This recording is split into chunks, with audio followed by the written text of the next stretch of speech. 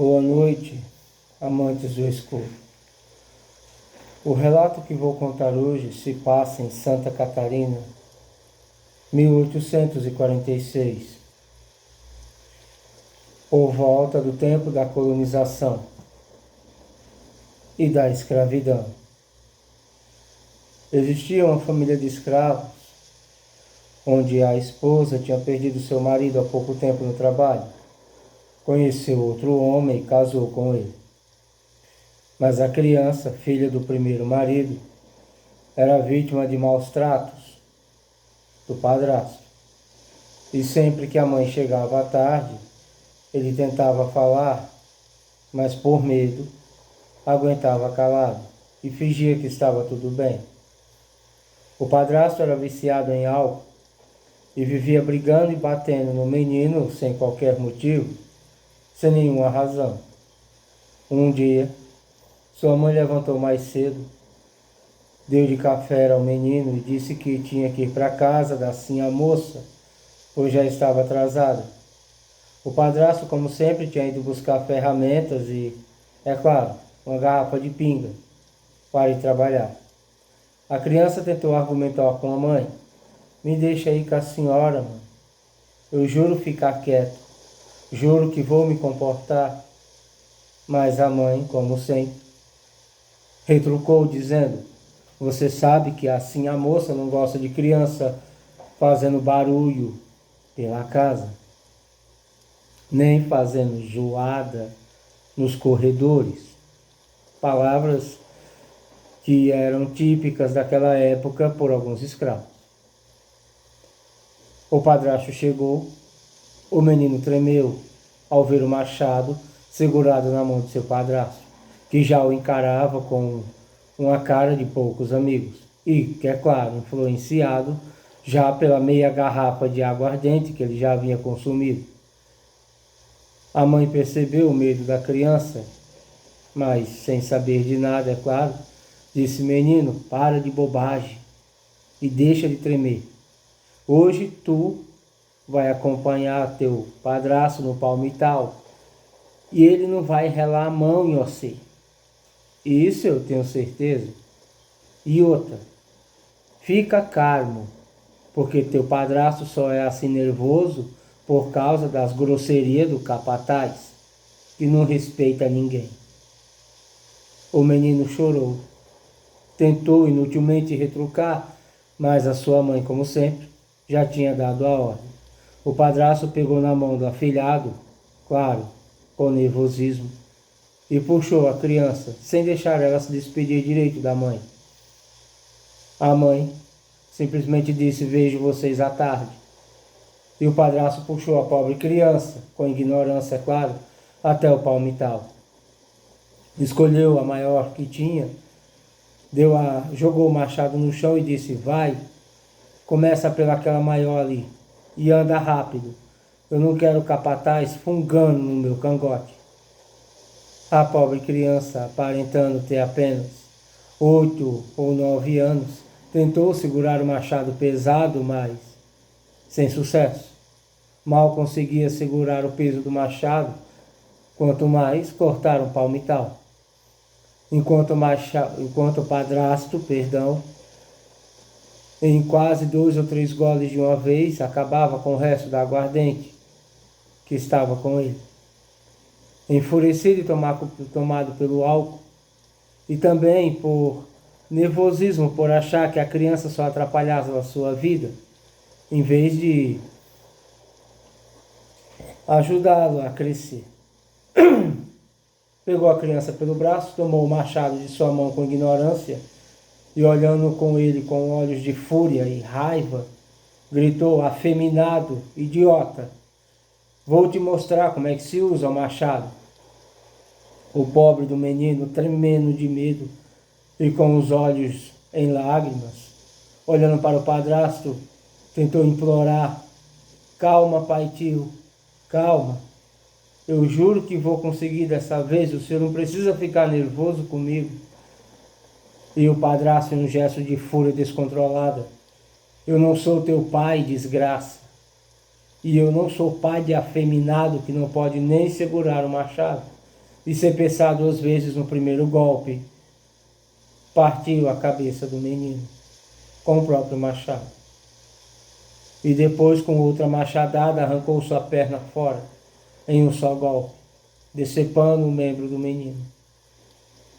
Fez uma cova rasa ali rapidamente, com as próprias mãos, pois enxada não tinha, estava apenas acompanhado do machado, ferramenta essa que fez atrocidade com a pobre criança, que não tinha culpa nenhuma da pouca força que tinha, ou de ter nascido naquele lugar e naquela família.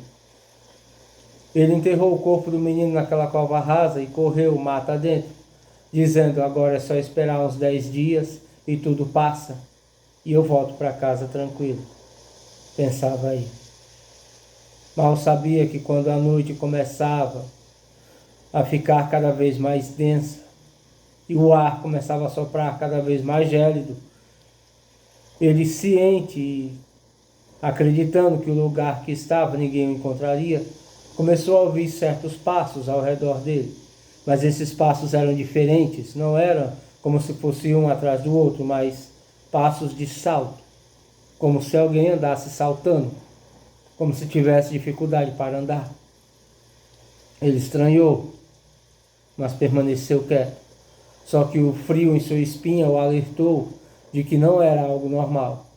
E quando ele tentou correr, foi surpreendido, pois na sua frente estava a própria criança, que ele julgava estar morta, mas com uma só perna, e o mesmo machado na mão, e com a sua cabeça, que faltava agora uma parte, tinha uma claridade de fogo, como se houvesse chamas, uma fogueira acesa no lugar do seu cérebro. E a criança, ao ver, sorriu, com um sorriso medonho, com presas onde antes havia dentes. Olhou para ele com uma certa malícia sobrenatural e disse: olá, pai tio, que bom que nos encontramos. Eu vim mostrar para o senhor que agora eu aprendi a usar o machado. Deixe-me lhe mostrar, pai tio, como se usa o machado. Enquanto se aproximava do seu padrasto, que estava paralisado de medo, a entidade que pulava de uma perna só começava a cantar uma música que era mais ou menos: Samba Lelê está doente e está com a cabeça quebrada. Samba Lelê precisava era de umas boas palmadas. Samba, samba e samba, o lelê, quebra, quebra, quebra.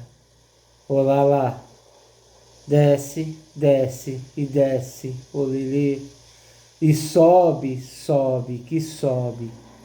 Olá lá.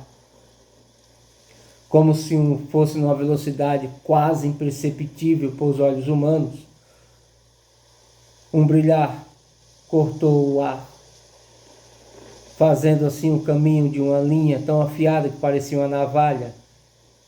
E aos poucos a cabeça do padrasto, que estava ali paralisado de medo sem se mexer, foi se separando do seu corpo em um corte tão perfeito e aliado que a própria cabeça escorregou pelo corte, dando de cara no chão. A entidade que pulava de uma perna só e com fogo na cabeça pegou a cabeça de seu padrasto e saiu saltitando floresta dentro, cantando a mesma canção. Nessas horas, a mãe do menino já se encontrava desesperada na casa, preocupada. Onde aqueles dois foram? Onde aqueles dois se meteram? Será mesmo que Antônio teria coragem de fazer qualquer maldade com meu filho? E quando ela pensou em abrir a porta e correndo procurar ela mesma, foi surpreendida, pois assim que abriu, deu de cara com a entidade que pulava de uma perna só, com o machado na mão e a cabeça de seu marido na outra, que, olhando para ela com desdém, abriu um sorriso e disse: não chora não, mãe. A senhora não precisa mais se preocupar. Enquanto ao meu pai e tio, olha aqui, ele tá bem, tá vendo? Mas se tu tava chorando com saudade dele e não de mim, se preocupa não, mãe, que eu trato de fazer a senhora e ficar ao lado dele agora mesmo. A mulher gritou, ou ao menos tentou, mas a entidade, ao se aproximar dela, fechou a porta da casa. E no outro dia, como era de se costume esperar que ela fosse trabalhar na casa da sinha moça, não apareceu. A patroa se preocupou e mandou o capataz, que ao arrombar a porta da casa durante o dia, só viu duas cabeças, uma ao lado da outra, e uma mensagem escrita com sangue na parede, com o nome: Diabruras do Saci.